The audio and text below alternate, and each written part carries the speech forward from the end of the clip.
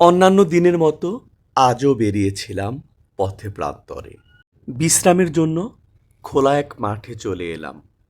এখানে মনোরম এক দৃশ্য আলোকবন করলাম।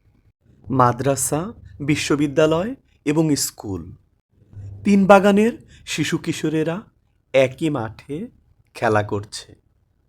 বিকেলের এই সময়টা চারদিকে যেন শুধু আনন্দেরই ছড়াছড়ি।